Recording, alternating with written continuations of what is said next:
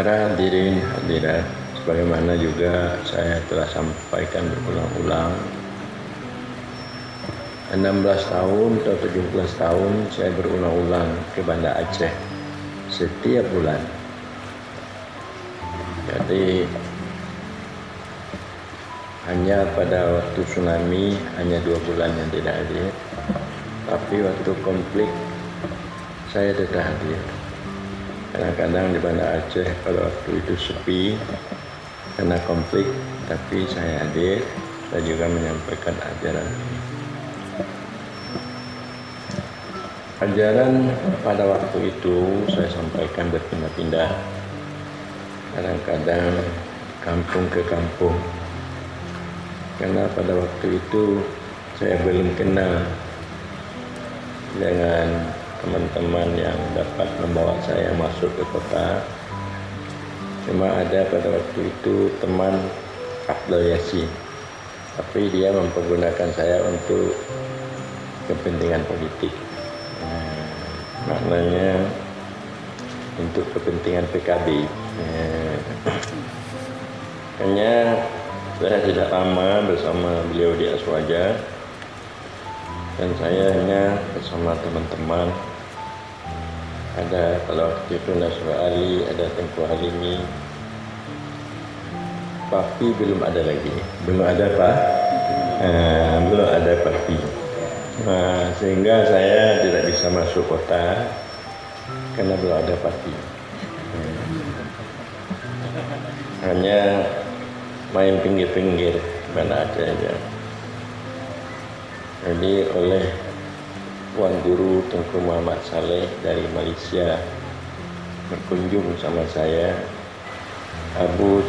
Saya lihat Abu terus menerus antara kampung-kampung, desa ke desa. Kalau saya pening, jadi kita buatlah seminar. Jadi buat seminar ini itu gagasan dari Malaysia, Tuku Ibrahim. Ayah sekali Abu menyampaikan antara desa ke desa dengan jalan pada waktu itu yang sangat parah, sulit. Belum ada aspal kampung ke kampung.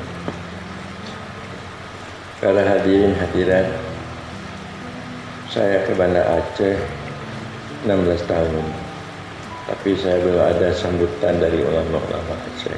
Kedatangan saya, kepayahan saya untuk datang, saya menyampaikan ilmu pengkajian tauhid tasawuf sufi ini.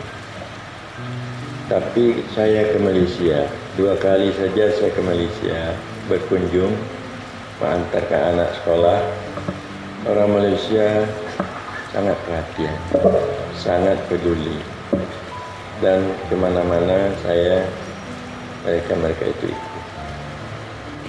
Sampai kalau saya di Penang, dari Kelantan datang, dari Malaka datang, dari Johor datang, sekedar untuk bertemu.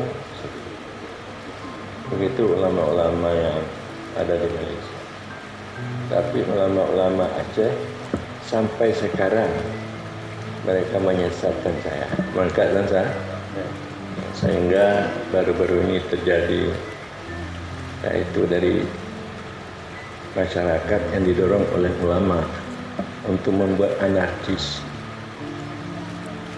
pelemparan batu ke mobil sehingga pecah-pecah mobil rusak, dan juga ada orang sehingga ada yang babak belur, keluar darah dan gitu.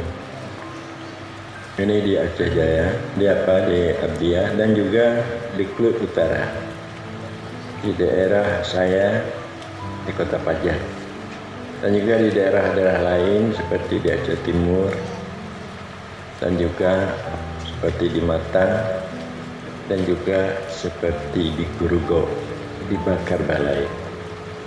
Ini adalah pekerjaan anak-anak muda yang di belakangnya ulama-ulama. Menuduh saya membawa ajaran seperti mengatakan Allah Muhammad, pendapat Abdul Karim Al-Jili saya benarkan.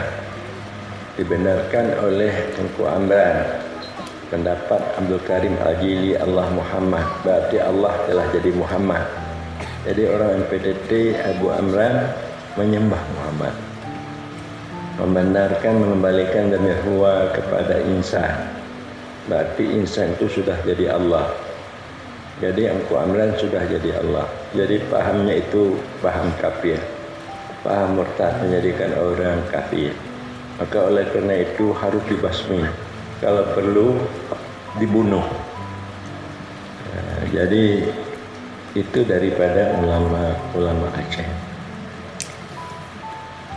Jadi bayanglah, karena ulama-ulama di Aceh ini kurang memahami ilmu tasawuf dan kesufian. Bagaimana kita maklumi bahwa agama ini terdiri dari 3 komponen. Ini ketiganya ini harus sekaligus, harus ada satu paket.